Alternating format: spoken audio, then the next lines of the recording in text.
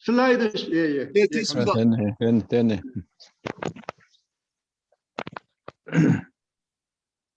코마프. 예, 코마프가 저희 그 코리아 머린 파이낸싱이라고 그래가지고요. 한국 선박금융의 그 약자입니다. 자, 표지에서 이 페이지를 좀 넘겨주시고요. 이게 제가 넘겨야 되는데. 네, 오늘 말씀드릴 주제는 일단 선박이라는 그 자산의 어떤 성격에 대해서 말씀을 좀 드리고, 그 다음에 이제 선박금융의 종류, 그 다음에 이제 선박 투자 회사, 그 다음에 이제 현재의 어떤 선박 투자 회사의 금융시장 내 어떤 위상이랄까, 이제 그런 거 말씀을 드리겠습니다. 네, 다음 장 넘겨주시고요. 우선 선박이라는 자산, 특히 상선 위주로 해서 한번 살펴보면, 이게 이제 이해 당사자별, 선박을 둘러싼 이해 당사자별로 한번 좀 입장을 볼 수가 있을 텐데요. 화주나 해운선사 입장에서는 일단 영업수단이죠. 서비스에 필요한 영업수단이고, 한편으로는 미래 가치를 기대하는 투자 자산. 그 다음에 이제 조선사 입장에서는 건조 중에는 제공품이고, 회계상의 어떤 유무죠. 제공품. 그 다음에 인도를 하게 돼 인도시에는 제조 상품이 되겠습니다. 그 다음에 이제 대출 기관, 그 다음에 투자자 입장에서는 뭐 여신 또는 투자의 대상이 되고, 그 다음에 신용평가의 대상이 되기도 하겠습니다. 그래서 화주나 해운선사 입장에서는 가장 중요한 핵심 요소가 이제 물동량이나 운임이 되겠고, 조선사 입장에서는 제조 원가, 그 다음에 이제 기술, 그 다음에 이제 투자자 입장에서는 이제 수익률, 그 다음에 이제 금리, 거기에 따르는 그런 리스크, 이런 것들이 이제 아마 핵심 요소가 될 것 같습니다. 다음 장. 그래서 이제 금융투자 대상, 저희가 과거에 금융투자라는 용어는 사실은 저희 자본시장법이 개정이 되면서 이제 만들어진 용어인데요. 금융하고 투자하고가 합해진 그런 용어입니다. 그러니까 어떻게 보면은 이제 금융이라고 하면은 뭐 예금, 대출 이런 것들이고, 투자라고 하면은 뭐 가장 대표적인 게 이제 주식 투자일 텐데, 이런 것들이 이제 합해진 그런 하나의 인더스트리를 이제 금융 투자라고 할 수가 있고요. 금융 투자 대상으로서 이제 선박의 속성을 보면, 일단 부동산과 비슷한 속성이 있습니다. 장기의 사용 연한, 그다음에 이제 거액의 투자 자본이 소유한다. 그다음에 이제 회계상으로 보면은 유형 고정자산이죠. 그렇지만 이제 선박은 또 한편으로는 이제 동산의 속성이 있어서 부동산과의 차이점이 또 있습니다. 그래서 이제 항공기나 자동차와 유사한 이동형 자산이고, 여기에 따르는 하나의 리스크라고 하면은 자연재해 또는 뭐 인위적 사고에 따른 그런 리스크가 존재합니다. 그 다음에 이제 부동산에 비해서는 경기 민감도나 수급 탄력성이 크죠. 예컨대 이제 제가 데일리로 집계하는 수치를 한번 작년 3월부터 2020년 3월부터 2021년 작년 11월 1일까지 한번 데일리로 변동성을 한번 따져봤습니다. 그래서 BDI 지수하고 코스피를 비교를 해봤어요. 그래서 이건 이제 연환산한 그런 변동성, 연환산한 표준 편차죠. 이게 BDI 같은 경우는 이제 58%가 나왔고, 코스피 같은 경우가 23%니까 뭐 거의 주가 변동성의 배 이상의 그런 변동성이 어떤 운임의 변동성이다, 이렇게 보시면 될 것 같고요. 그 다음에 이제 부동산 같은 경우 대체로 보면은 가지고 있으면 오른다, 또는 인플레 해지의 자산이다, 그러니까 인플레가 생겼을 때 물가 오르는 만큼 부동산도 오른다라는 일반적인 그런 그 생각들을 가지고 있습니다.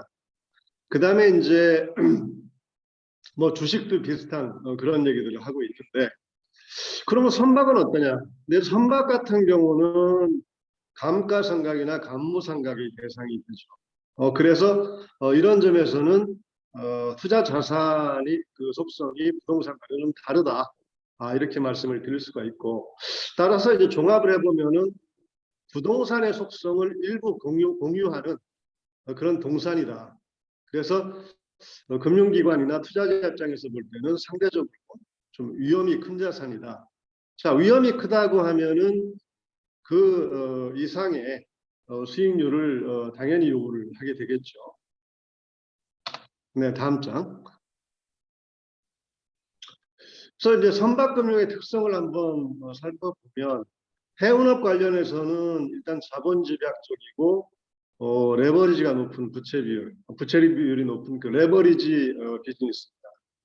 그 다음에 이제 그 업황 변동에 따라서 수급 변동이 심하고, 제가 사실 폐쇄적인 경영 구조다라고 이제 여기 썼는데, 뭐 요거는 뭐 모든 그 해운사에 해당이 되는 건 아니고요. 제가 한 3년 정도 이렇게 경험을 한 걸로는 아무래도 조금 그 비즈니스 사업 규모가 크지 않고, 그다음에 이제 어떤 가족 경영식의 어떤 그런 경영을 하는 해운사들도 있기 때문에 뭐 대기업이나 어떤 그 상장 기업, 그다음에 제조업 이런 데 비해서는 조금 약간 그 외부의 바운더리가 쳐지는 그런 폐쇄적인 경영 구조를 가지고 있지 않나, 그런 그걸 제가 이제 느낀 그런 구조고요.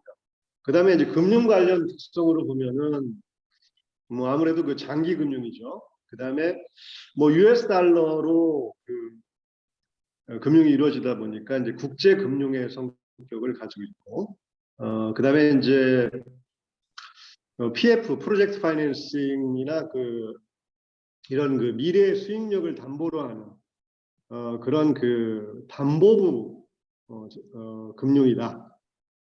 그다음에 이제 그 금융의 어떤 그 준거법은 대체로 영국법을 따른다.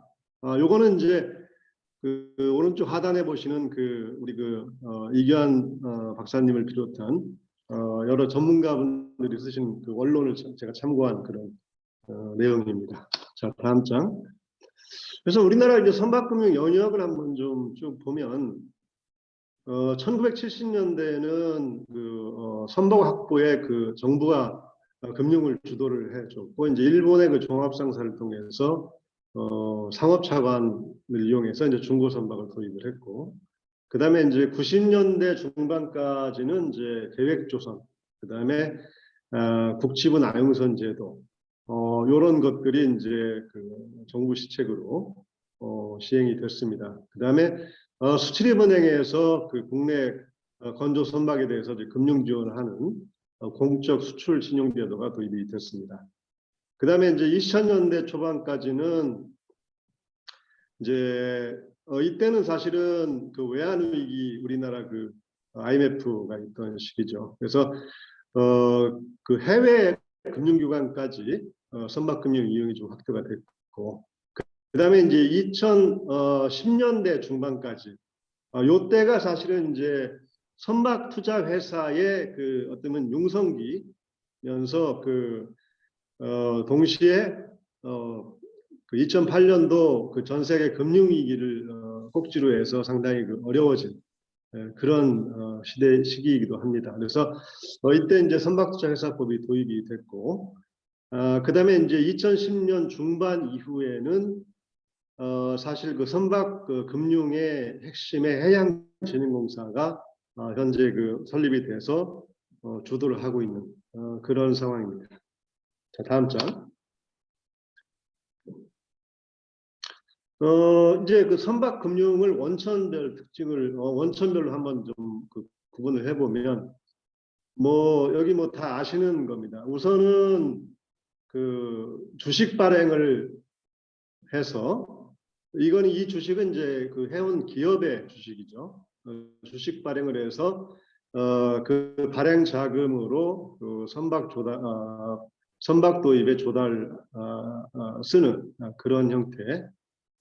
뭐 가장 어떻게 보면은 이제 원초적인 그런 형태라고 좀 볼 수가 있겠습니다. 그래서 이거는 이제 기업 금융에 해당이 되고요. 그다음에 메자닌 금융인데, 요건 이제 주식은 아니고 예를 들어 전환사채라든지 뭐 교환사채, 뭐 여러 가지 주식과 채권의 중간적인 그런 형태의 그 증권을 발행해서 자금을 조달하는 형태죠. 그다음에 이제 선순위 금융은 그 은행에서 대출을 하는 게 이제 대표적인 그런 케이스고, 그다음에 이제 조선소에서 신용을 공여를 받는다든지, 그다음에 이제 연기금이나 보험회사에서 그 사모자금을 받는다든지 이런 것들이고, 그다음에 이제 그 선박을 리스를 하는 리스 금융 형태를 생각을 해볼 수가 있습니다. 다음 장. 그다음에 이제 금융을 공급하는 공급자의 그 원천별로 보면은 뭐 여러 가지가 있습니다만, 크게 나누면은 정부 공공기관, 그다음에 이제 민간 금융기관, 그다음에 이제 리스 금융, 이렇게 좀 나눌 수가 있겠고, 선박 펀드는 사실은 이제 민간 금융기관에서 제공하는 하나의 그 금융 툴, 보통 이제 저희가 그 비클이라고 얘기를 합니다. 그러니까 비클이라고 하면은 그 A라는 그런 그 금융 공급자와 B라는 그 금융 수요자 간에 하나의 그 도관이 되는 그런 그 형태의 기구라고 이제 얘기를 할 수가 있겠는데, 그게 뭐 선박 펀드라든지 그 선박 투자 신탁이라든지 뭐 여러 가지가 있습니다. 그래서 여기서 이제 그 선박 투자 회사는 독일의 과거 이제 KG 펀드라든지 노르웨이의 KS 펀드, 이런 것들을 이제 참조를 해가지고 이제 저희가 도입한 그런 제도입니다. 자, 다음 장으로 넘어가겠습니다. 그래서 형태별로 보면은 그 여기 제가 그 박스에다가 이제 색깔을 칠해놨는데, 크게 보면은 선사에서 그 선사의 신용으로 기업 금융을 하는 경우, 그 다음에 선박을 담보로 하는 그런 실물 금융을 하는 경우. 그래서 여기에 각각 뭐 대출, 리스, 그 다음에 이제 증권을 발행한다든지 또는 그 증권화, 보통 우리가 그 어떤 실물을 갖다가 그 구조화 또는 뭐 증권화 이런 얘기를 하죠. 그래서 시큐리타이제이션을 하는 그런 그 세 가지 형태를 좀 나눠볼 수 있겠는데, 뭐 기업 금융 쪽에서 보면은 일단은 뭐 신용 대출이 있을 수가 있고, 그 다음에 이제 증권 쪽에서는 뭐 채권을 발행한다든지 이제 주식을 발행한다든지, 뭐 여기 이제 IPO가 어떻게 보면은 이제 대표적으로 그 선사가 증권 시장으로 그 나가는 그런 도구가 되겠고, 그 다음에 이제 담보 실물 금융에서 보면은 담보 대출, 그 다음에 이제 리스 쪽에서 뭐 금융 리스, 운용 리스, 그 다음에 뭐 증권화 하는 경우 보면은 이제 실물을 담보로 한 그런 ABS가 이제 Asset Backed Securities였습니다. 그래서 자산 담보부 증권을 보통 ABS라고 우리가 얘기를 합니다. 그다음에 저희가 취급하는 이제 선박 투자 회사, 그다음에 이제 자산운용사들이 그 취급하는 투자 신탁. 보통은 이제 자산운용사의 투자 신탁은 특별 자산 투자 신탁이라고 얘기합니다. 그래서 그 거기에 이제 선박이 어떤 그 투자 대상으로 들어가게 되면 이제 선박 투자 신탁이라고 부를 수가 있겠죠. 그 다음에 이제 선박을 그 투자하는 선박의 지분에 투자하는 Private Equity Fund, 그 PEF 사모펀드를 생각을 해볼 수도 있습니다. 그래서 요런 것들이 그 제가 앞서 말씀드린 투자 도반 또는 그 투자 비클이라고 말씀을 드릴 수가 있습니다. 다음 장.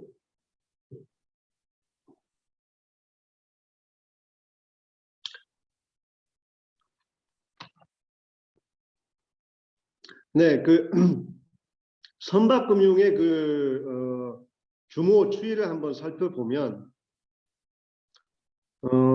이게 이제 2018년도 그 머린머니의 자료인데요. 2017년도까지의 그 자료입니다. 그래서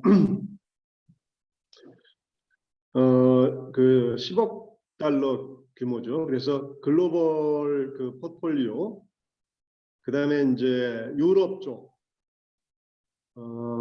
그다음에 미국 쪽, 그다음에 이제 뭐 호주. 그런데 이제 여기 보시면은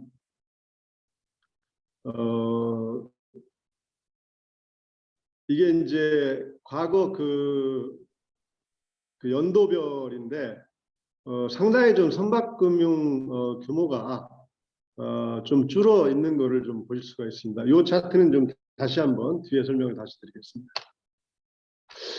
10페이지 한번 넘겨주시고요.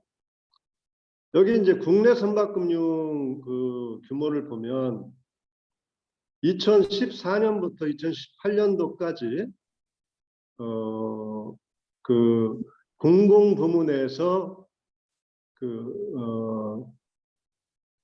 이게 이제 그 억 달러입니다.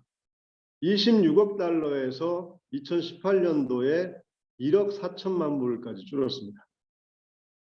그다음에 이제 민간 부문도 8,700억에서 1,400억까지 5년 동안 상당히 줄었습니다. 뭐 요거는 뭐 그동안 그 다들 경험을 하셨으니까 그 금융 위기라든지 그다음에 이제 우리나라 그 해운 업계에 상당한 그 어려움이 처했던 그런 시절이었기 때문에 그거는 아마 좀 다 짐작을 하실 수가 있을 것 같고요. 자, 그다음에는 이제 그러다 보니까 이 선박금융이 정책 금융으로 어떻게 보면은 넘어갈 수밖에 없는 그 상황이 된 겁니다. 그러니까 이 해운업을 유지를 해야 되는데 뭐 민간 금융기관은 다 빠져나가고 그러다 보니까 이제 정책 금융기관이 요거를 이제 담당할 수밖에 없게 됐고 뭐 그래서 이 수출입은행이라든지 산업은행, 그다음에 이제 무보, 캠코 요 네 개의 그 공공금융기관이 선박금융을 이제 떠받치게 됩니다. 그래서 뭐 이 금융 추이는 이제 오른쪽에 표에 보시면은 역시 뭐 조금씩 줄긴 했지만 여전히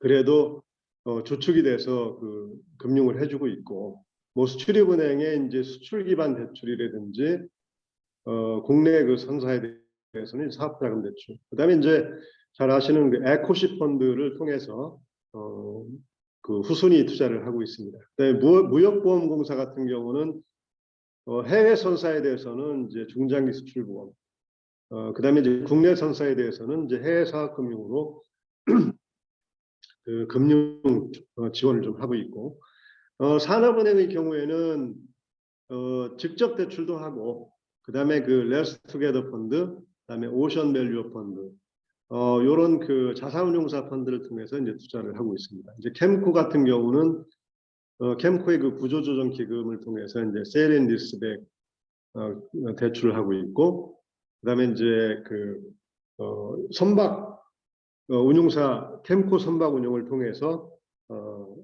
선주업 선주 사업을 좀 하고 있습니다. 그래서 이제 2019년도 현재로 약 3,900만 불 정도, 3억 9천만 불 정도를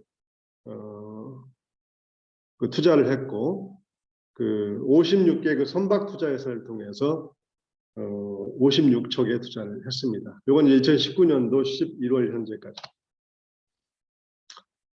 자, 그 다음에 이제 아까 제가 해양진흥공사 주도로 이제 바뀌었다는 말씀을 드렸는데, 이제 뭐 다 아시다시피 이제 해양진흥공사가 그 선박금융의 이제 그 핵심 기관으로 이제 설립이 됐습니다. 그래서 뭐 국내 선사에 대한 그 투자나 보증, 그다음에 이제 선주 사업까지 지금 하고 있고, 그다음에 이제 자본 확충, 해운사의 그 자본 확충, 신조 또는 그 중구선 도입 지원, 그다음에 이제 채무 보증까지 이런 그 선박 금융과 관련한 다양한 업무들을 해양진흥공사에서 좀 하고 있습니다. 그래서 뭐 앞으로 그 이런 역할들, 그다음에 그 각각의 사업 규모는 그 더 확대될 걸로 예상을 하고 있습니다.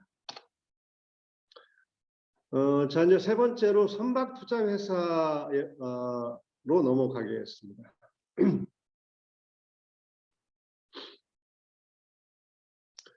그 선박 투자 회사라는 게 뭐냐? 회사죠. 회사인데 페이퍼 컴퍼니입니다. 페이퍼 컴퍼니고 뭐 이제 요거를 선박 펀드라고 부르는데 사실은 이제 이 선박 펀드의 그 운용사 입장에서 그 따져보면은 투자자한테 자금을 모집을 해가지고 선박에 투자하는 그 중간에서 하나의 그 비이클 역할을 해주는 게 이제 선박 투자회사인데 선사 입장에서는 선박 투자회사는 어떻게 보면은 그 자금 조달을 하기 위한 하나의 그 수단이 될 수가 있고, 그 다음에 투자자 입장에서는 본인들이 투자한 거를 하나의 그 위탁 운용을 하기 위해서 맡겨놓은 하나의 그 뭐라 그럴까요? 좀 주머니 정도에 해당이 되는 그런 그 회사입니다. 우리나라의 투자회사라고 하는 그 명칭이 붙은 게 또 대표적인 게 이제 부동산 투자회사가 있죠. 그래서 이 투자회사는 회사인데 회사는 상법상의 회사입니다. 그래서 투자 신탁하고는 조금 다른 개념이고요. 뒤에 다시 설명을 드리겠습니다. 그래서 이제 선박 투자회사의 주주는 뭐 개인 또는 뭐 기관 투자가 뭐 법인 또는 그 금융기관 다 될 수가 있고, 소재지는 국내입니다. 보통 뭐 제주에 등록을 하고요. 그다음에 이제 투자 대상은 선박이고, 수익은 이제 그 선박 용선 수익이 주 수익이고, 그다음에 선박 매매에 따른 그런 차익도 수익입니다. 그래서 이제 수익 분배 방식은 투자자에 대한 그 배당을 할 수가 있고, 그다음에 이제 향후에 그 청산할 때 그 선박의 매매 차익까지 해서 이제 배당을 하게 되고요. 뭐 존립 기간은 그 법으로는 이제 3년 이상으로 돼 있고, 대체로는 뭐 5년 이상, 뭐 7년 또는 뭐 10년까지도 이렇게 그 존립을 합니다. 그다음에 이제 선박의 소유는 선박 투자회사는 이제 선박을 소유하기 위해서 그 SPC를 만듭니다. 그 SPC는 이제 요 SPC 자체도 또 그 하나의 법인이죠. 스페셜 퍼포스 컴퍼니, 특수 목적 회사를 이제 설립을 하는데 이 SPC는 사실 보통 이제 파나마라든지 뭐 아일랜드 이런 데자 이제 설립을 합니다. 이제 해외 그 선박이 해외 지적이 외항선 같은 경우 되기 때문에. 그래서 지금 이제 그 선박투자 회사법상으로는 이 선박투자 회사는 하나의 선박투자 회사는 하나의 그 SPC만을 그 소유할 수 있게 그렇게 돼 있습니다. 그러니까 이제 구조상으로 보면 그 SPC의 그 지분 100%를 선박투자 회사가 그 소유하게 되는 그런 구조가 되겠죠. 그리고 이제 이 SPC를 통해서 선박을 소유하게 됨으로 해서 투자자 입장에서는 일단은 선박과 관련한 그런 세제 그가 제공이 세제 혜택이 있고 이제 왜냐하면 이제 조세 회피국에 SPC를 만들기 때문에 그다음에 선사의 그 재무와 절연이 되는 그런 기능이 있습니다. 이 선박투자회사의 도입 배경은 앞서 과거 1970년대부터 이제 저희 그 선박금융 역사를 좀 설명을 드렸었는데 일단 가장 키가 됐던 거는 외환위기 시에 기업 부채 비율을 200%로 제한을 했었습니다. 그런데 이제 아까 제가 해운 비즈니스의 속성상 레버리지가 상당히 높다고 말씀을 드렸는데 어쩔 수 없이 이 선박은 높은 레버리지로 소유를 해야 되는 그런 자산인데 이러다 보니까 요걸 맞추기 위해서 선사들이 선박을 상당히 좀 매각을 많이 했습니다. 이제 이 매각을 많이 한 이유 중에 하나는 또 환율이 급등하니까 선박은 국제 자산이고 그래서 환차익도 얻을 겸 이제 매각을 많이 했죠.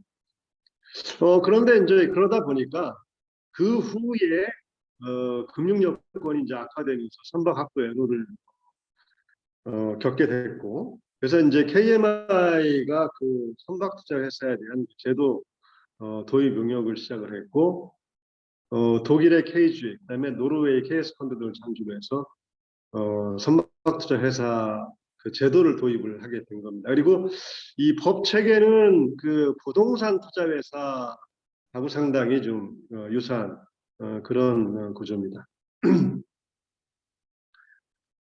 그래서 직접적인 이제 명분은 이제 국민이 소유하는 선박을 선사가 임차한다라는 그런 취지였습니다. 여기서 이제 국민이 소유한다라고 하는 거는 이 선박 투자 회사를 증권거래소에다가 상장을 시켜서 이 선박 투자 회사의 주식을 일반 투자자도 거래할 수 있게 한다라는 게 이 선박 투자 회사 제도의 기본 취지였습니다. 물론 이제 지금은 그게 사실 유명무실해졌지만 그래서 여하튼 대중적인 해운 비즈니스 모델을 정착시킨다라는 게 이제 선박 투자 회사 제도의 도입 배경입니다. 뭐 연역은 이제 2000년도에 다음 장입니다.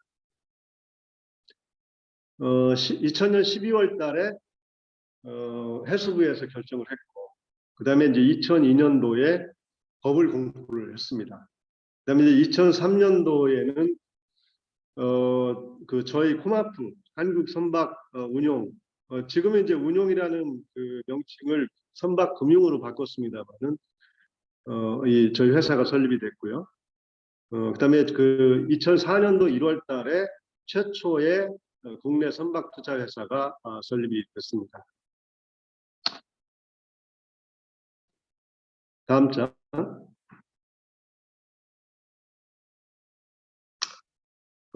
이게 구조가 뭐 이렇게 딱 보면은 좀 복잡하죠. 근데 이제 선박 투자 회사가 SPC의 주식 100%를 소유를 하고 그다음에 이제 SPC에는 선순위 은행들이 대출을 SPC에 하게 되죠. 그다음에 이제 이 SPC 자체가 어떻게 보면은 선박을 갖다가 증권화한 하나의 선박 증서라고 생각을 하시면 아마 개념이 쉬울 것 같습니다. 그래서 이 SPC가 용선을 하게 되는데 그러면 이제 용선한 거에 대해서 선사로부터 이제 용선료가 다시 SPC로 들어오게 되겠죠. 이제 그러면은 다시 SPC에서 선박 투자 회사로 자금이 들어오게 되고 그걸로 배당을 해주고 나중에 상환을 해주는 그런 구조라고 보시면 됩니다. 그래서 이 선박 투자 회사가 주식 회사이기 때문에 이 선박 투자 회사는 페이퍼 컴퍼니고 자체적으로 어떤 오퍼레이션을 할 수는 없죠. 왜냐하면 뭐 페이퍼 컴퍼니니까 사무실도 없을 거고 어떤 그 실질적인 그런 그 운영 주체는 없는 겁니다. 그래서 이 선박투자회사를 운영할 회사가 바로 선박운용사가 되고 그다음에 이 선박운용사가 이 자산은 또 별도의 그 자산 보관회사에 그 보관을 하게 되는데 여기서 보관하는 자산이라고 하는 것은 결국은 SPC와 관련된 그다음에 이제 자금이 오가는 계좌라든지 그런 모든 자산을 얘기하는 겁니다. 그래서 선박운용회사는 이 자산 보관회사를 통해서 자금 인출을 지시하고 뭐 배당 지급이라든지 그 상환이라든지 이제 모든 것을 다 지시를 하게 됩니다. 여기서 자산 보관회사는 은행입니다. 은행들이 수탁 업무를 하게 되는데요.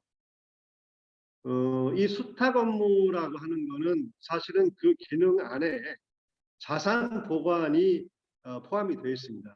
그래서 뭐 뒤에 그 부분은 다시 좀 설명을 드리겠지만 선박 운용사가 어떤 선박 투자 회사를 소유한다거나 뭐 자산을 소유하거나 이제 그렇지는 않습니다.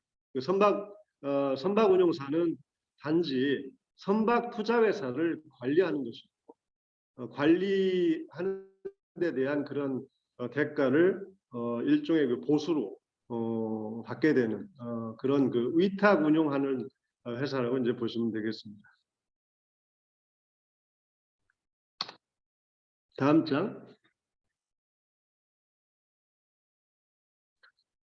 예, 그래서 다시 한번 이제 정리를 하자면은 뭐 선박운용회사는 선박투자회사와의 그 위탁 계획을 통해서 선박투자회사의 그 모든 업무를 수행하는 관리회사고요. 그다음에 이제 선박투자회사는 선박 한 척을 그 SPC를 통해서 보유하는 서류상의 페이퍼 컴퍼니입니다. 그다음에 이제 해외 자회사는 제가 그 설명드린 SPC를 지칭하는 게 해외 자회사라는 거고요. 그다음에 이제 자산 보관회사는 그 수탁 은행이라고 생각하시면 되고 운항회사는 이제 선사가 되겠죠. 그래서 그 선박 운용회사가 구체적으로 우리는 어떤 역할을 하느냐? 뭐 저희가 하는 역할은 일단 SPC의 그 설립 인허가, 그다음에 이제 그 청산시의 해산, 그다음에 자금의 입출입 관리 이런 것들을 하게 됩니다. 그다음에 이제 선박을 매매할 때 매매와 관련된 그런 자문이나 물론 이제 그 선박투자 회사와는 별도의 어떤 그 S&P 자문도 이제 저희가 좀 하고 있고 그다음에 이제 선박투자 회사 법이라든지 제도에 대해서 저희가 이제 뭐 제안을 하기도 합니다. 그래서 그 해수부에서 설립 허가를 받아야 되고요. 그 설립 자본금은 이제 70억 원 이상, 그다음에 이제 운용 전문 인력, 그다음에 해운 쪽, 그다음에 금융 쪽 합해서 전문 인력 6인 이상을 고용을 해야 돼요. 그래서 이제 저희가 이제 회사는 작지만은 그 해운, 금융, 그다음에 이제 조선의 어떤 융합적인 좀 지식이 필요하고 뭐 현재 국내에는 저희를 비롯해서 그 4개 민간, 그다음에 그 캠코 산하의 캠코 선박운용까지를 포함해서 그 5개의 선박 운용회사가 영업 중. 자, 그 다음 장입니다.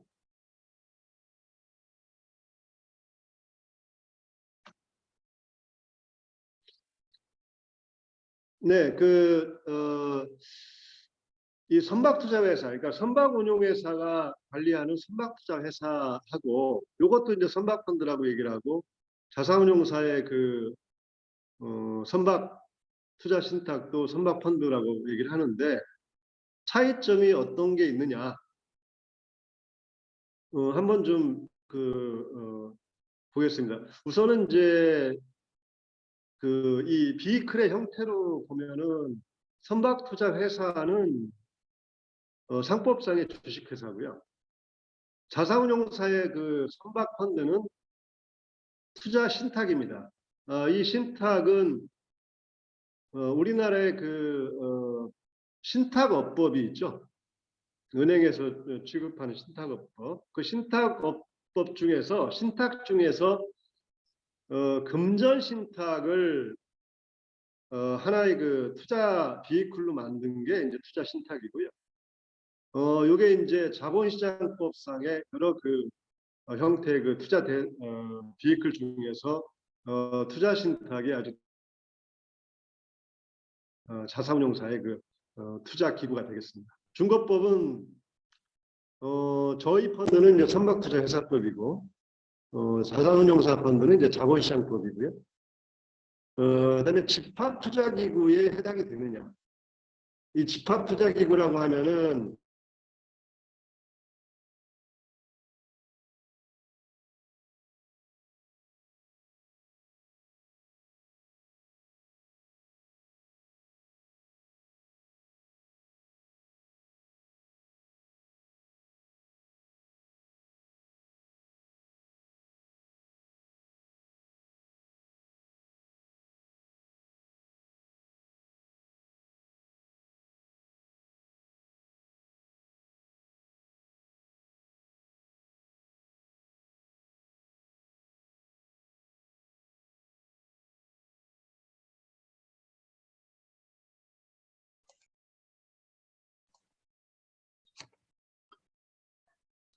서 사장님 지금 다운되신 것 같은데 조금 기다리겠습니다.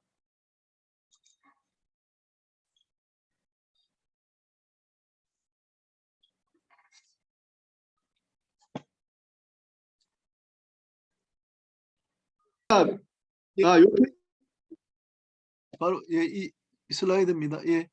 요 페이지부터 안 나왔나요? 네, 저희 그 선박투자회사하고 자산운용사의 그 선박 투자하는 그 투자 신탁하고의 그 차이점을 제가 말씀을 드렸었는데, 요게 이제 선박투자회사는 상법상 주식회사라는 점, 그 다음에 자산운용사의 그 펀드는 신탁 계약에 의해서 설정이 되는 투자 신탁인데, 이 선박이라든지 항공기 이런 것들은 이제 특별자산에 분류를 합니다. 그래서 특별자산 투자 신탁이라고 얘기를 하고, 거기에서 발행이 되는 거는 선박투자회사의 경우에는 주식이 되겠고, 투자 신탁은 수익증권이 되겠습니다. 그래서 투자자는 주식에 투자하는 거, 그다음에 수익증권에 투자하는 거, 요 차이점이 좀 있고요. 그다음에 이제 집합투자기구에 해당이 되느냐, 요거 여부는 선박투자회사는 공모인 경우에만 집합투자에 해당이 됩니다. 집합투자기구라고 하는 거는 자본시장법상의 그 2인 이상의 그 투자자로부터 자금을 모집을 해서 공동으로 투자하는 기구들. 그러니까 대표적인 게 이제 펀드, 그다음에 투자조합, 뭐 사모펀드, 뭐 이런 것들이 해당이 됩니다. 그래서 선박투자회사는 그 사모인 경우에는 해당이 안 됩니다. 그다음에 이제 투자신탁의 경우에는 사모든 공모든 집합투자기구로 해당이 되고요. 그다음에 이제 사모냐 공모냐 하는 거는 그 투자자 수에 따라서 분류가 되는데, 요건 지금 자본시장법상이 최근에 좀 변경이 돼가지고 약간의 좀 혼선은 좀 있습니다. 그런데 일단 뭐 150명, 100명 이렇게 각각 이해를 하시면 되겠고, 그 다음에 이제 어떤 그 금전을 투자자한테 지급하는 그 용어가 틀립니다. 그러니까 선박투자회사의 경우에는 회사기 때문에 배당을 하고, 투자신탁의 경우에는 분배를 하게 됩니다. 그 다음에 이제 그 선박투자회사는 정리가 될 때 청산을 하는 것이고, 투자신탁은 해지 또는 이제 전액 환매 이런 절차를 통해서 하게 되는데, 절차는 투자신탁의 경우에는 아주 간단합니다. 선박투자회사의 경우에는 조금 절차가 좀 있고요. 그 다음에 이제 상장 여부는 과거에 최초에 아까 그 제가 설명드린 것처럼 선박투자회사를 처음에 도입을 할 때는 공모 선박 투자 회사로서 상장을 염두에 두고 제도를 도입을 했기 때문에 공모형인 경우에는 상장을 의무화하고 있고 사모인 경우에는 상장하지 않습니다. 그다음에 이제 투자 신탁의 경우에는 원칙적으로 상장을 하지 않는데 폐쇄형이라고 하면은 그 펀드가 끝날 때까지 중간에 투자자가 임의로 일부 또는 전부의 상환을 요구할 수 없는 그런 펀드입니다. 뭐 그런 경우에는 환금성을 다른 루트로 보장을 해줘야 되기 때문에 그런 경우에는 이제 상장을 의무화하고 있습니다. 다음 장 넘겨주십시오.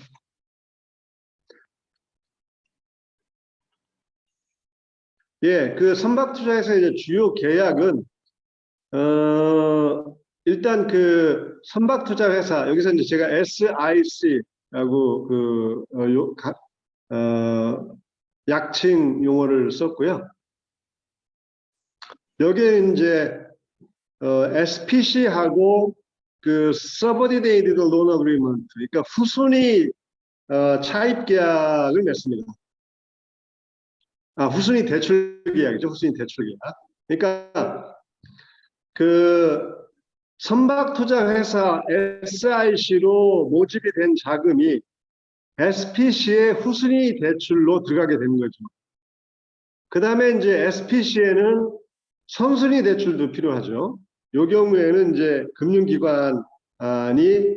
그 선순위 대출을 하게 되는 거고, 그 다음에 이제 조선소하고의 건조 계약 역시 SPC와 조선소 간의 계약 체결이 되게 됩니다. 다음 장. 그 다음에 이제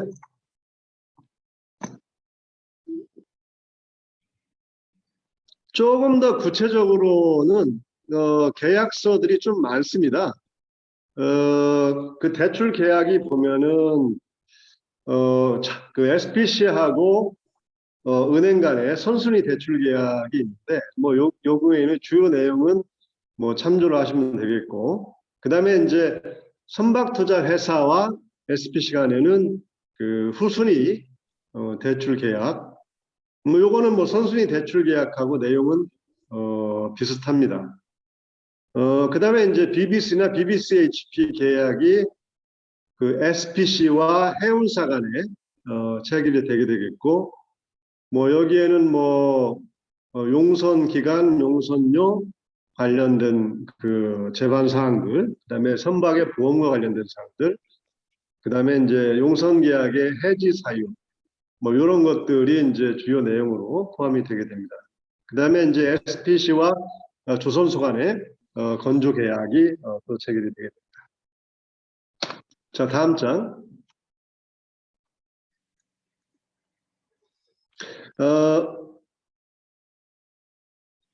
네, 그다음에 이제 그 모기지 계약이 또 있는데 요거는 이제 SPC와 은행, 은행이 이제 근저당권자가 되고 SPC가 이제 근저당권 설정자가 되죠.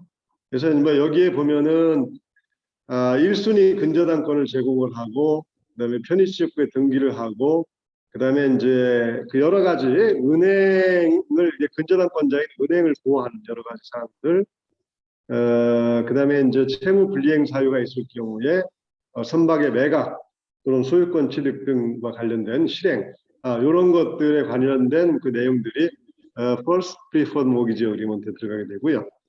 그다음에 이제 그 Pledge of Account Agreement, 뭐 질권 계약이라고 보시면 될 텐데, 여기 이제 SPC하고 은행 간의 질권 설정 계약이 또 체결이 됩니다. 자, 다음 장. 그래서 뭐 이 구체적인 그 계약서들에 대해서는 사실은 아마 많이들 아실 거예요. 그래서 그 escrow agreement, 뭐 요건 당사자가 은행, 선박투자회사, SPC 용선사, 요런 그 여러 당사자들이 그 escrow coordination agreement에 들어가게 되고요. 그 다음에 이제 그 share pledge agreement에는 선박투자회사, 그 다음에 은행, 요게 또 당사자가 됩니다. 그다음에 이제 용선 계약이 있겠죠. 그래서 요거는 이제 SPC하고 용선사 또는 뭐 재용선사가 있을 경우에는 재용선사 요 당사자 간에 이제 체결이 됩니다. 그다음에 이제 노베이션 어그리먼트 그 다음 장입니다. 그다음 이제 다음 장. 노베이션 어그리먼트가 있는데 요거는 이제 그 건조 중 선박에 대한 권리를 그 SPC에 양도하는 그런 계획입니다. 그다음에 이제 기납입된 선수금은 그 용선사의 그 BBCHP 디파짓으로 이제 변경이 되는 그런 계약이 되겠고요. 그 다음에 이제 기타 뭐그 letter of undertaking, 뭐 인슈런스 그리먼트, 그 다음에 포괄 양도 계약, 뭐 그다음에 이제 그 RG에 관련된 계약, 그다음에 그 차주간 계약, 요런 그 여러 가지 계약들이 또 있습니다. 그다음에 이제 그 선박투자회사의 위탁운용 계약은 그 선박운용 위탁 계약이 있고 자산보관 위탁 계약이 있는데 뭐 요거는 이제 초두에 그 선박운용사의 역할에 대해서 설명을 좀 드린 부분이 있기 때문에 요건 넘어가겠습니다. 다음 장. 이 그 절차, 이 선박투자 회사를 통한 그런 그 선사 입장에서는 이제 자금 조달, 선박 건조 자금 조달이 되겠죠. 이 절차를 보면 일단 선사가 이제 금융 문의를 하게 되면은 그거를 이제 그 금융기관이나 투자자한테 이제 태핑을 저희가 하게 되겠고, 그다음에 이제 금융기관이나 투자자가 사업성 검토를 하고 투자 심의를 하게 됩니다. 그다음에 이제 거기서 통과가 되면 SPC, 그다음에 SIC, 선박투자 회사가 설립이 되고, 그다음에 이제 자금이 그 투자 자금이 선박투자 회사 계정으로 들어오게 되는데, 요거를 저희가 뭐 보통 기표라고 얘기를 하고요. 그 절차에 걸리는 그 기간은 보통 그 SPC 설립을 요청해서 설립하는 데는 뭐 하루에서 3일 정도 소요가 되고요. 그 다음에 이제 선박투자회사를 해양수산부에 인가 신청을 해야 되는데 인가까지 약 2주 정도의 시간이 걸립니다. 그 다음에 그 SPC 대출에 대해서는 또 그 외국한 은행에다가 해외 직접 투자 신고를 해야 됩니다. 왜냐하면 이제 SPC 자체가 그 해외에 그 설립이 되기 때문에 이 경우에는 이제 해외 직접 투자 신고가 좀 필요한 그런 상황입니다. 그 다음에 이제 공모 선박 투자 회사의 경우에는 별도로 거래소를 통해서 유가증권 신고가 필요한데 뭐 요거는 상당한 시간이 또 걸리죠. 예. 다음 장. 자 이제 그 후반부 내용으로 이런 그 좀 복잡한 듯이 보이는 뭐 선박 투자에 대해서 설명을 드렸는데 그 선박 투자 회사가 그 어떤 그 펀드로서 그다음에 이제 금융 비이클로서 현재 금융시장 내에서 경쟁력이 좀 어떻게 변해왔느냐 그걸 한번 볼 필요가 있을 것 같습니다. 일단은 이 용어는 제가 그 임의로 만든 용어인데 2003년에서 5년까지를 선박투자회사의 독점적 호황기라고 저는 이제 보았습니다. 이때는 이제 선박투자회사법 시행으로 이제 공모형 선박투자회사가 좀 인기를 끌었고, 여기에 또 세제 혜택 지원을 했습니다. 이게 이제 3억 원까지에 대해서는 이제 배당수 비과세했고, 그 다음에 3억 이상은 이제 분리과세를 했기 때문에, 개인들을 비롯해서 뭐 투자가들의 인기를 좀 끌었고, 그 다음에 이제 당시에는 그 현재 자본시장법, 그 당시에는 이제 간접투자자산 운용업법이라고 불렀습니다만은 이 금융투자업자들의 운용 대상으로서 선박에 대해서는 좀 인식이 미미했습니다. 따라서 자산운용사들이 선박 투자를 하는 것에 대해서 별 관심이 없었어요. 그렇기 때문에 이제 선박투자회사는 특히 이제 선박운용사 같은 경우는 이제 독점적으로 경쟁력을 유지를 했었고, 네, 다음 장. 네, 그 다음에 이제 금융위기 전까지 2005년에서 한 3, 4년간 이때 보면은 2005년도에 대한투자신탁 운용, 지금 이제 하나 UBS 자산운용, 하나 자산운용인데요. 여기서 공모 선박 펀드, 그러니까 선박 투자 신탁이죠. 요거를 설립을 했습니다. 그리고 이제 선박 금융사들의 선박 투자 회사에 대한 그 세제 혜택은 요 당시에도 유지가 됐었고요. 그래서 어떻게 보면은 그 투자 신탁들이 선박에 대한 투자에 조금씩 관심을 가지면서 좀 경쟁해 나가는 그런 그 모습. 그래서 경쟁적 호황기라고 제가 한번 불렀고, 이때는 이제 해운업이 호황이 되면서 신조 수요가 증가했고, 선박 투자 회사를 통한 그런 그 건조, 그 자금 조달이 상당히 크게 이루어진 그런 시기입니다. 자, 다음 장.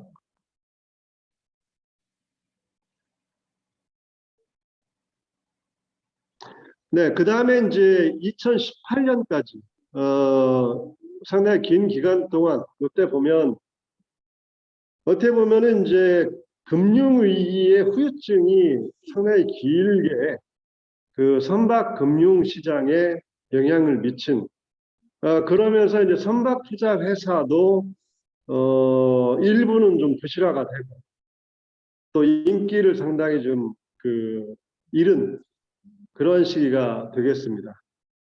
동시에 KDB 그다음에 그 수은에서 자산운용사의 그 펀드 프로그램을 시행을 했습니다. 그래서 이제 사는 자산운용, 뭐 제가 사는 자산운용에 좀 오래 있었습니다만 현재 멀티에셋, 미래에셋 회사가 됐습니다. 이 사는 자산운용의 오션 밸류업 펀드, 그 다음에 이제 수은에서는 그 하이 자산운용의 그 에코시 펀드, 이런 명칭으로 해서 이때 이제 은행 측에서는 금산 분리법의 문제가 있었습니다. 아까 선박 투자 회사는 상법상의 주식회사고 투자 신탁은 법인이 아니고 투자 신탁 계약이라고 말씀을 드렸죠. 그래서 금융기관들이 그 투자 신탁 계약을 통해서 수익증권에 투자하는 것은 아무런 제약이 없습니다. 그러나 우리나라 법 체계상 그 자본시장법상의 펀드도 아닌 선박투자회사, 주식회사에 은행이 투자를 할 때는 또 금산분리법 적용을 받기 때문에 제한이 좀 있어서 아마 요게 자산운용사의 그 펀드를 이용하게 될 수밖에 없었던 그런 그 구조적인 문제가 아니었나 좀 생각이 되고요. 그다음에 이제 그러다 보니까 선박금융사는 자산운용사 펀드에 있어서 자문사로서 좀 명맥을 유지하게 되는 그런 상황에 처했고 거기에다가 2009년도에는 이제 캠포가 또 캠포 선박운용을 설립을 해서 별도의 또 지원을 하게 됐고 그 다음에 이제 결정타를 날린 거는 이제 2015년도에 공모 선박투자회사의 그 세제 혜택이 종료가 됐죠. 그러면서 그 이후에 공모형 선박 펀드는 하나도 설립이 되지를 못했고 일반 투자가들은 이제 선박 운용사의 선박 펀드에서는 멀어져간 그런 그 상당히 슬픈 그런 역사가 만들어졌습니다. 그래서 이제 그 다음 페이지에 그 금융위기 이후에 이 선박금융 쪽에 그다음에 해운 쪽의 그 시장 상황을 좀 차트로 제가 붙여봤는데 이거는 뭐 우리나라뿐만이 아니고 전 세계적으로 그 마찬가지입니다. BDI가 급락을 하면서 자산의 그 상각이나 신용 손실, 이게 이제 기하급수적으로 커졌고, 그 다음에 이제 그 신디케이트 론은 또 급감을 했습니다. 당시에 그 로이즈 TSB, 뭐 데카뱅크, 그다음에 뱅크 오브 아일랜드, 포르티스 이런 데들이 좀 파산을 했죠. 물론 이제 선박 금융 때문에만 파산을 한 거는 아니겠습니다만은 파산을 했고, 그다음에 SH, 그다음에 KFW 이런 그 선박 금융기관들이 이제 축소를 했고, 뭐 독일계 코메르츠뱅크나 뭐 드레스덴 이런 그 은행들이 합병을 했고, RBS 노르디아는 이제 국유화 또는 그 자본 확충을 해야 되는 그런 상황에 처하게 됐습니다. 자, 그 다음에 2018년부터 현재 그 다음 장이 되겠습니다. 이때는 어떻게 보면은 뭐 제가 부르기는 정책적 사택이라고 좀 부르고 있습니다. 선박투자회사의 사택이라고 부르는데 일단은 뭐 그런 그 금융시장의 상황을 타개하기 위해서 이제 만들어진 게 해양진흥공사가 설립이 됐고, 그다음에 이제 뭐 중간 비익글 없이 뭐 직접 대출 또는 뭐 직접 태핑이 상당히 좀 많이 이루어졌고, 그다음에 이제 해양진흥공사는 이제 설립이 돼서 중소선사에 대한 그 세일 앤 리스펙, 그다음에 중고선 신조 도입 지원, 그다음에 이제 최근에는 이제 금융형 선주업까지 그 시행을 이제 시작을 했습니다. 그래서 이 선박 금융사는 어떻게 보면 이제 해양진흥공사가 그 투자를 할 때 그 투자의 어떤 그 위탁 관리를 위해서 펀드 관리를 하는 하나의 그 하청업체 비슷한, 뭐 제가 좀 용어가 좀 격한 용어가 있습니다만은 그런 상황이 현재 처해져 있다고 봐도 뭐 과언이 아니고요. 그다음에 더더군다나 이제 그 해양진흥공사가 선박투자회사의 그 주식이 아니고 사모채권으로 이제 또 투자를 하면서 또 뭐 이 코마프만의 또 어떤 힘든 그런 상황도 있습니다. 그래서 하여튼 뭐 그건 여기서 얘기할 부분은 아니고요. 하여튼 그런 상황이어서 지금 그 선박운용사의 선박투자회사는 사실상 선박금융시장에서 경쟁력이 상당히 저하된 그런 상황입니다. 그래서 어떻게 보면 이제 해양진흥공사의 세일 앤 리스펙을 할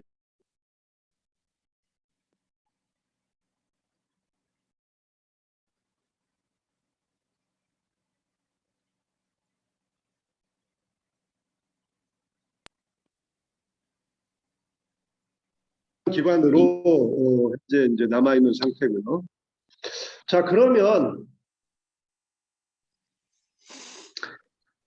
뭐 이거는 이제 선박투자 회사, 그다음에 이제 선박금융 회사, 뭐 같은 얘기입니다. 어떻게 보면 같은 맥락이기 때문에 미래는 상당히 좀 불투명한데요. 현재 보면. 예, 한 장 앞장입니다.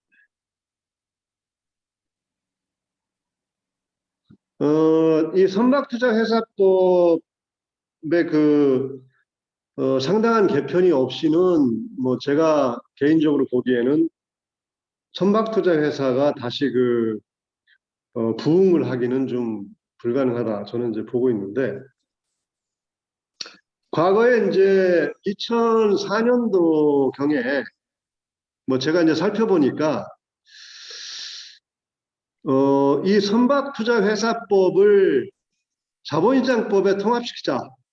다시 말씀을 드리면은 선박투자회사를 자본시장법상의 집합투자기구의 하나로서 통합을 시키자는 논의가 있었다고 합니다. 그런데 이제 선박금융업계 쪽에서 아마 반대를 한 걸로 제가 알고 있고, 사실 뭐 이제 제가 쭉 그 한 30년 이상 이 자본시장 쪽에서 있다 보면 금융위에서의 어떤 정책들, 그거는 계속해서 자본시장법의 확장 개편이 되면서 들어가고 있어요. 그러니까 금융위는 예를 들어서 중소기업에서 창투사를 만든다 그러면 그거는 중기청소관인데, 또 거기에 대응해서 신기술 금융사라는 걸 만들어서 그 투자조합을 또 허용을 합니다. 뭐 그게 이제 몇 년 전 얘기인데요. 이런 식으로 이 자본시장법은 그 바운더리를 계속해서 넓히고 있는데, 이 선박투자회사법은 이 선박이라는 하나의 한 개의 그 자산 카테고리에 묶여서 지금 더 어떤 확장이 좀 어려운 그런 상황이고, 선박금융사 입장에서는 오로지 선박밖에는 할 수가 없는 그런 상황이어서 또 비즈니스 영역도 상당히 좀 확장이 좀 불가능한 데다가, 거기다가 자산운용사의 투자 신탁이 치고 들어와서 이미 왜냐하면 그 나름대로의 어떤 유용성 측면에서는, 그다음에 그 간편성 측면에서는 선박투자 회사가 따라갈 수가 없는 면이 있습니다. 그러다 보니까 그런 그 삼중고를 사실은 이제 선박투자 회사는 겪고 있는 상황이고요. 이런 점을 좀 당국에서 이해를 해주시고 조금 대책을 좀 세워주셔야 되는 게 아닌가 좀 생각이 되고요. 그래서 아마 뒤에 다시 말씀드리겠습니다. 예, 그 다음 장.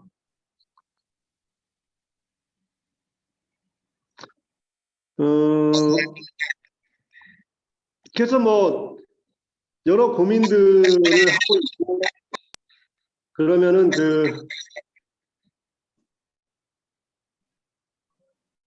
이 선박금융사는 어떻게 살아가야 될 거냐, 그런 그 측면에서 뭐 선주, 근데 이제 이거는 이제 선사 및 정책금융기관하고 운영이 중첩이 되고, 그래서 지금 이제 자산운용사를 설립을 한다거나 뭐 기타 다른 그 금융투자업자로 전환을 모색을 하고 있는 상황이고요. 뭐 선박 브로커로 생존하기는 제가 보기에는 좀 어려울 것 같고, 최근에 논의가 되고 있는 이제 조세리스 제도가 만약에 시행이 되고 확대가 된다면, 요 경우에 이제 선박 투자 회사를 좀 이용을 하면 좀 유용할 것 같기는 하고요.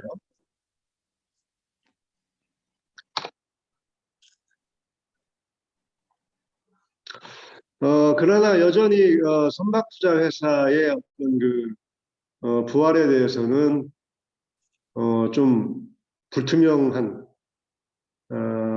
그런 상황이라고 좀 말씀을 드릴 수밖에 없습니다.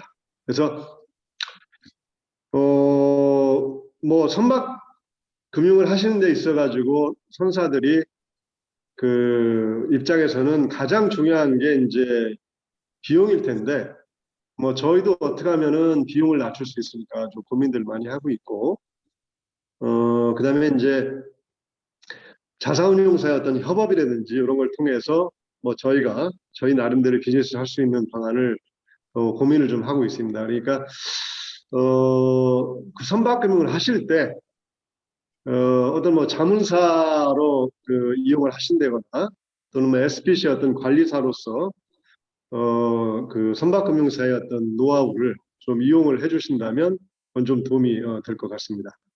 자, 그다음에 이제 마지막으로 뭐 선박 투자 회사와 관련 별개로 기타 다른 어떤 선박금융 아이디어들이 없겠느냐 한번 좀 생각을 해봤는데요.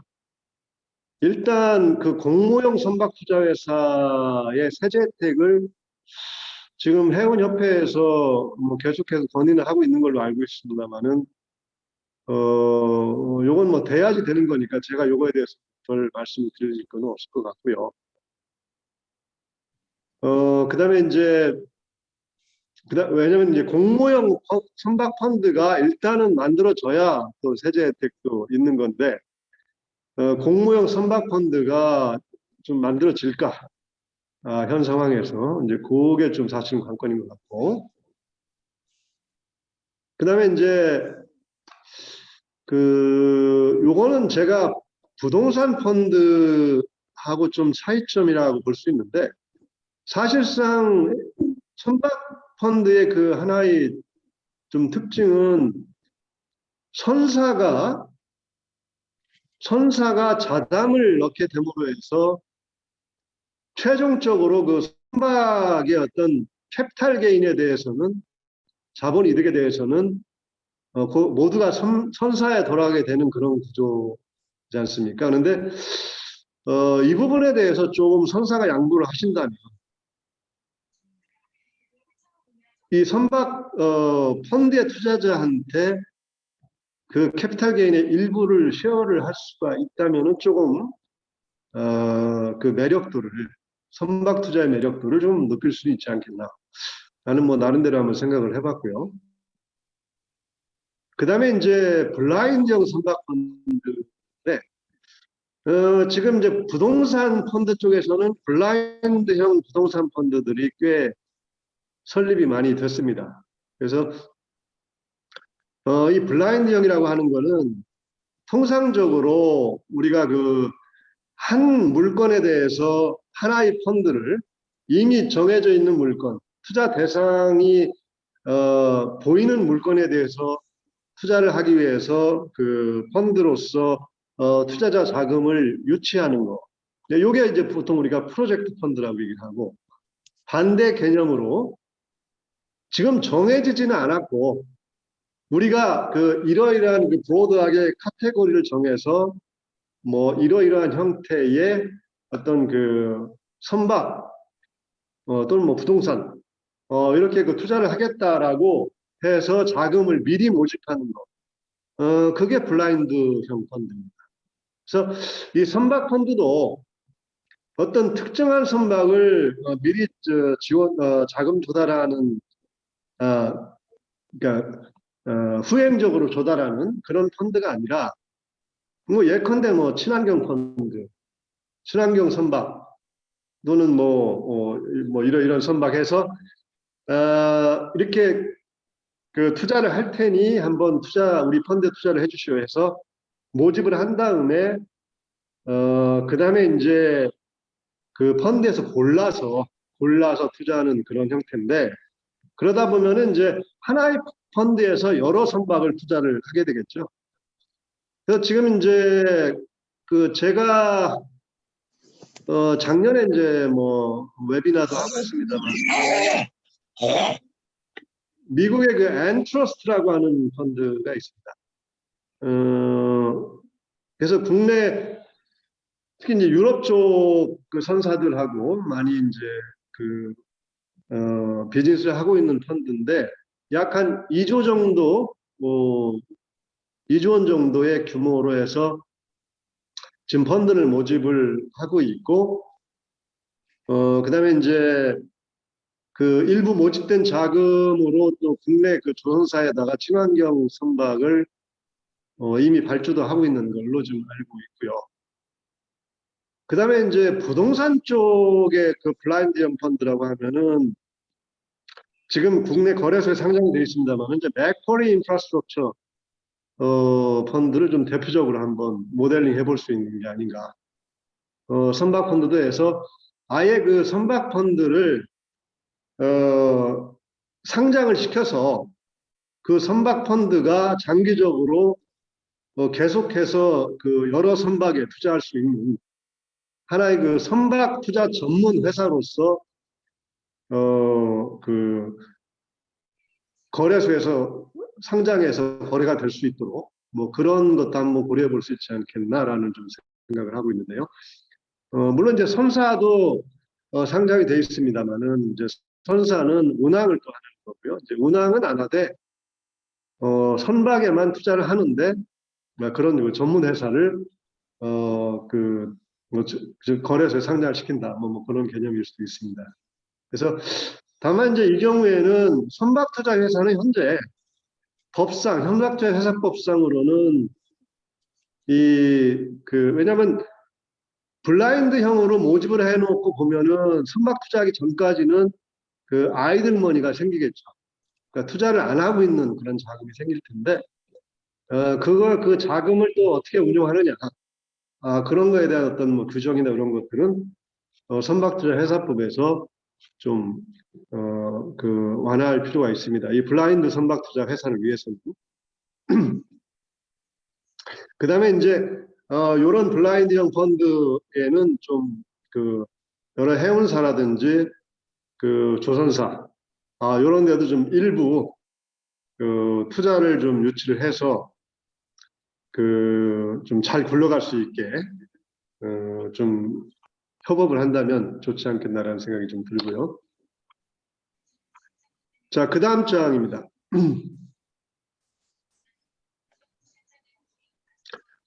그 다음에 이제 선사 입장에서 한번 뭐 생각해 볼 수 있는 거는, 보통 이제 선사가 IPO를 하려고 그러면은 절차가 좀 어렵지 않습니까? 그런데, 스테이플 시큐리티스, 그러니까 선사의 지분과 선박 투자회사의 지분을 좀 이렇게 결합시킨, 이 보통 그 스테이플 시큐리티스는 뭐 호주나 싱가포르 이런 데 이제 인프라 그 회사가 그 상장을 시키는 경우가 있는데, 그 인프라 프로젝트 지분하고 그거를 운용하는 이제 운용회사의 그 주식하고 요거를 결합시켜서 상장시키는 거죠. 그래서 뭐 이런 것도 한번 고려를, 물론 이제 제도적인 어떤 뒷받침이 또 필요하겠지만 한번 아이디어를 생각을 해볼 수가 있지 않은 생각이 되고요. 요거와 비슷한 게 이제 스펙이 있죠. 현재 그 국내 스펙. 미리 이제 상장시켜 놓고 뭐 인수를 하는. 그래서 선박도 이제 미리 자금 모집해서 상장시켜 놓고 후행적으로 선박에 투자할 수 있는 뭐 그런 스펙, 선박 스펙. 그다음에 이제 지금 PF들이 해운사 쪽에 그 투자 관심은 좀 많은 걸로 알고 있고요. 또 그다음에 뭐 H라인이라든지 뭐 현대 LNG 뭐 이런 데들이 이제 현재 주주가 PF죠. 그래서 근데 이제 PF가 선박 자체에 또 관심도 높아지고 있는 걸로 알고 있습니다. 그래서 그 선박 사모펀드도 한번 가능하지 않겠냐. 그 다음에 이제 아까 제가 신기술 금융사 말씀드렸는데, 신기술 금융사의 신기술 투자조합인데, 원래는 뭐 벤처가 주목적이긴 한데, 사실상의 뭐 부동산 이외에는 그 투자 대상의 제한은 별로 없습니다. 그래서, 예를 들어서 선박도 조금 기술이 요하는 뭐 그런, 선박이라면 한번 이 투자조합을 이용해서 선박에 투자해 볼 수도 있지 않겠냐. 근데 이 투자 조합은 한 가지 장점이 국내 그 자본시장에서 라임 옵티머스 사태 때문에 은행들의 수탁 업무가 상당히 좀 위축이 됐고, 왜냐하면 이제 은행들이 너네들이 수탁사로서도 책임져야 된다 이렇게 금융에서 얘기를 하니까 은행들 좋아 그러면 우리 뭐 그 보수 얼마 되지도 않는데 그거 갖고 뭐 이상한 그런 펀드는 우리는 수탁 안 한다. 이렇게 돼서 사실 펀드를 못 만들고 있는 그런 상황이에요. 그래서 이제 투자 조합은 그런 수탁의 의무가 없습니다. 투자자와 운용사만 있으면 되고, 그래서 이 투자 조합의 GP로 오히려 자산운용사들이 공동 GP로 지금 뭐 하자라고 해서 투자 조합을 이용하려는 움직임들이 좀 있습니다. 근데 여하튼 이 선박도 투자 조합의 하나의 투자 대상으로서 한번 문을 두드려 볼 수 있지 않겠나, 뭐 이런 생각도 좀 듭니다. 그 다음에 이제 그 STO라는 게 있는데요. 아마 뭐 그 암호화폐나 이런 거 관심 많으신 분들은 아마 아실 건데, 뭐 저도 잘 모릅니다. 그런데 이제 이 일종의 그 블록체인을 선박 투자에 좀 연관시키는 형태가 될 수 있을 텐데, 이 그 시큐리티스 토큰이라고 하는 이 암호화폐형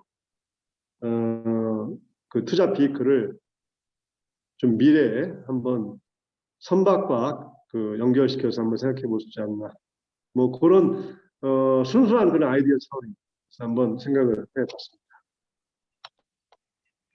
자, 이상 그 선박 투자 회사, 그다음에 선박 금융에 대해서 좀 원래 좀 딱딱합니다. 사실 금융이 이게 좀 딱딱한데 좀 졸리시지 않았을지가 모르겠는데 그냥 제가 아는 범위에 설명을 드렸습니다. 시간이 좀 많이 됐는데요. 예, 예. 어, 예. 어, 사장님 예, 감사합니다. 예, 좋은 발표 잘 들었고요. 선박 금융에 대해서 이제 스케치 전체적인 네. 그림을 그릴 수 있어서 참 좋았습니다. 그리고 투자 회사법에 대해서도 소상히 말씀해 주셨고요. 그 좀 딱딱하다 그러셨는데 이제 그 좀 부드러운 우리 대표 선수들이 몇 분이 나오셔서 좀 질문 좀 하도록 하겠습니다.